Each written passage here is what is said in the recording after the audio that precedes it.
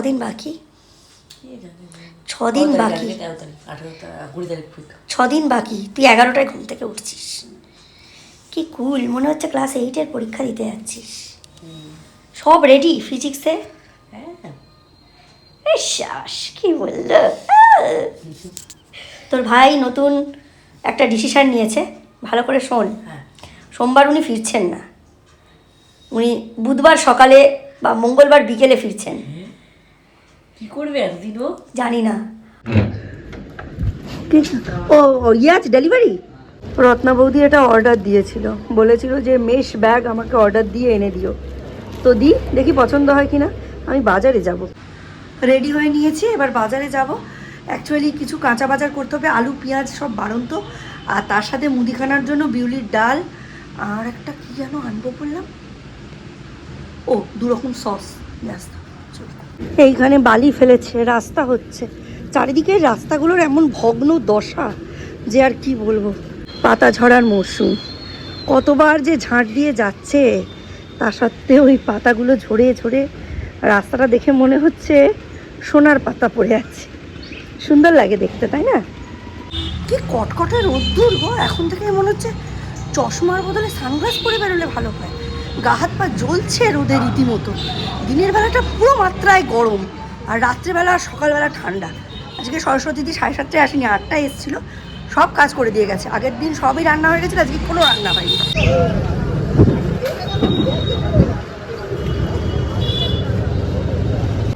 3 kilo আলু, 1 kilo পেঁয়াজ। ফুল কত করে গো? হ্যাঁ,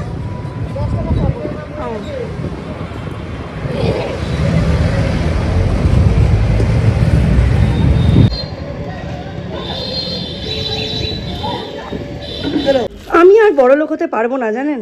একটা সময় ছিল বাইরে গেলেই চুড়ি হাড় গয়না এইসব কিনতাম, এখন কিনি রান্নার বাসন, সেরামিকের বাসন, ঘর সাজানোর জিনিস, ঠাকুর ঘরের জিনিস।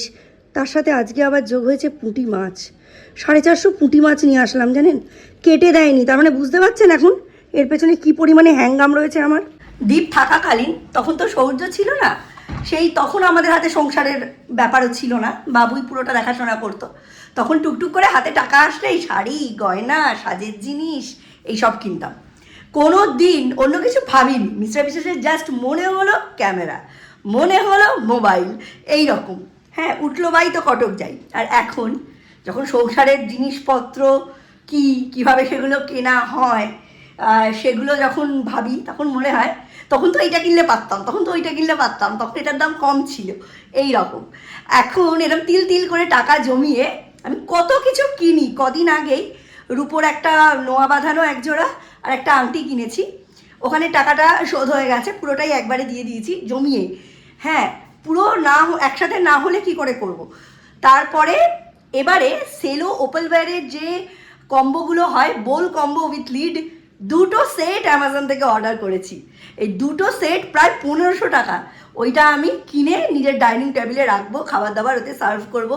আমার খুব ইচ্ছে যে আমরা ওখানে খাবার দাবারগুলো রাখবো, লিড দেওয়া থাকবে, আমরা সকলে ডাইনিং টেবিলে স্টিলের থালায় নয় সেরামিকের থালাবাটিতে খাবো, মানে লেভেলই আলাদা। হ্যাঁ, কিন্তু এটা মাথায় নেই যে এই জিনিসগুলো কাজের লোককে মাজতে দেওয়া যাবে না, এগুলো নিজেকেই মাজতে হবে। যাই হোক, আজকে আমি লাইফে ফার্স্ট টাইম আজকে কম্পিউটার থেকে ভিডিও আপলোড দিলাম। আমি মিস্টার বিশ্বাসের জন্য নিজেকে প্রচুর পাল্টেছি। আপনারা এখন আমাকে যেরকম দেখেন এবং 5 বছর আগেও আপনারা আমাকে যেরকম দেখেছেন, দ্যাটস দ্য বেটার নয় বেস্ট ভার্সন অফ মি। আমাকে আপনারা যা দেখেন আমি সেটা ছিলামই না। জীবনের প্রতিটা পদে 2000 থেকে 2026, এই 26টা বছরে আমি প্রায় 26-এর 5 গুণ পাল্টেছি। মানে ধরা নেওয়া যাক আমার 100% চেঞ্জ। মিস্টার বিশ্বাস আমার জন্য ওনার তরফ থেকে কি করেছেন আমি জানি না, আমি বলবোও না, কারণ ওনার পয়েন্ট অফ ভিউ। উনি ওনার বাবা মাকে ছাড়েননি, উনি ওনার পাড়া ছাড়েননি, উনি ওনার বাড়ি ছাড়েননি, উনি ওনার চয়েস লাইকস ডিসলাইকস পাল্টাননি, উনি ওনার মতামত কোনোদিন চেঞ্জ করেননি। ওনাকে আমার জন্য কোনোদিন কোনো জব স্যাক্রিফাইস করতে হয়নি, কোনো কিছুই করতে হয়নি।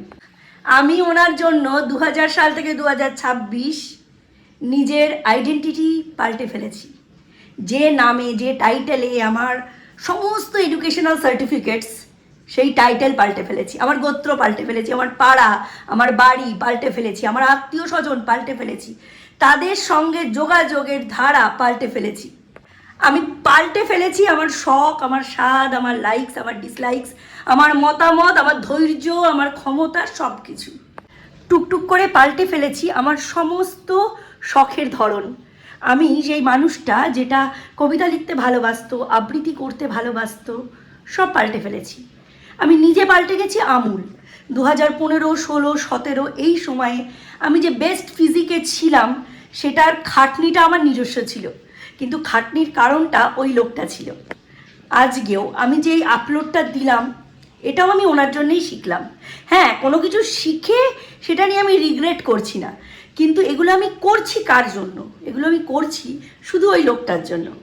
এই যে এখন আপনারা এত কম্পোজড একজন মানুষকে দেখেন, যে নিপুণ হাতে ঘর, বাইরে, সংসার, রান্না, বাচ্চা, পড়াশুনো, কেরিয়ার সব কিছু সামলায়, ইউটিউবে, ফেসবুকে, ইনস্টাতে ভিডিও আপলোডস করে, সেটা উনি সাপোর্ট করেছেন হয়তো ঠিকই, কিন্তু খাটনিটা আমার একার ছিল, স্ট্রাগলটা আমার একার ছিল। আমি নিজেকে ভেঙে ভেঙে ভেঙে ভেঙে তৈরি করেছি। তাই এখন যখন কম্পিউটারের সামনে কালকে বসেছি, উনি বলছেন তোমাকে কি আবার তাহলে উইন্ডোজ শেখাতে হবে? আরে ভাই, আমি ছিলাম টপ ডেটাবেসের দিক থেকে, ওরাকেল, জাভা সব কিছু আমার হাতের মুঠোয় ছিল। গ্র্যাজুয়েশনে অত ভালো একটা পার্সেন্টেজ ছিল, তখন আমি চাকরি বাকরি করলাম না, সংসারকে প্রায়োরিটি দিলাম। কার জন্য? তোমার জন্য, তোমার বাবা মার জন্য, তোমার ফ্যামিলির জন্য, তোমার ভ্যালু সিস্টেমের জন্য, তোমার মরালিটির জন্য।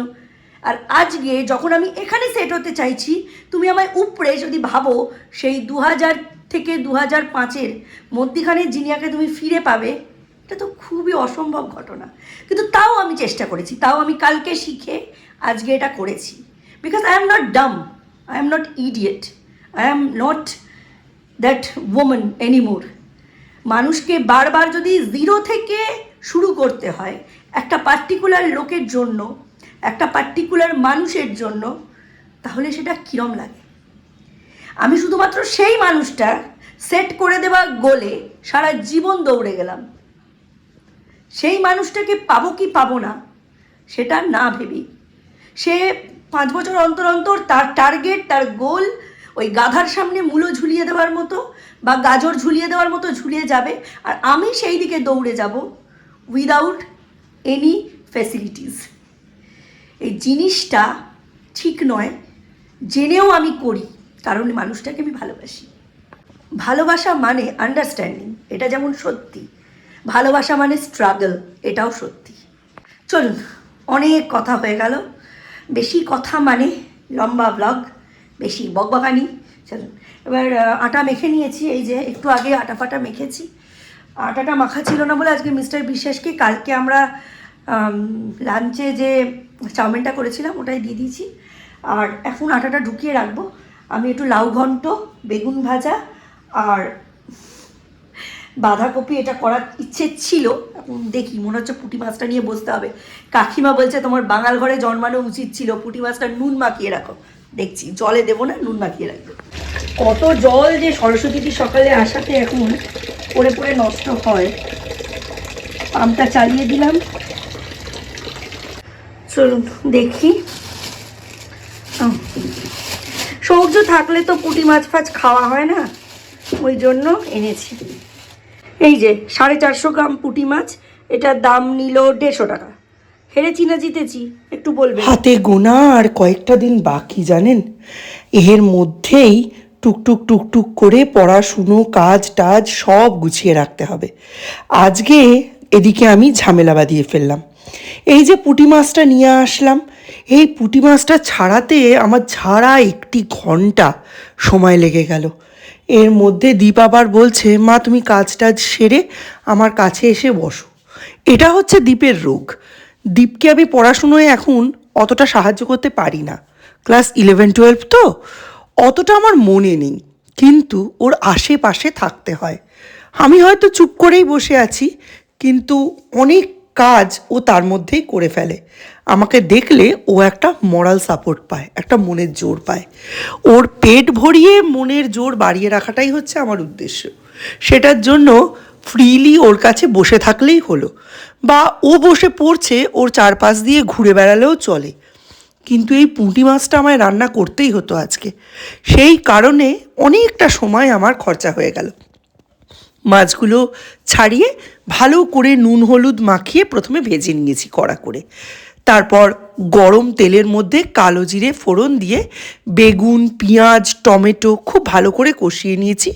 তারপর অল্প জল দিয়ে আদা, ধনে জিরে গুঁড়ো দিয়ে ভালো করে কষিয়ে এটাকে ফুটতে দিয়েছি বেশ খানিকক্ষণ।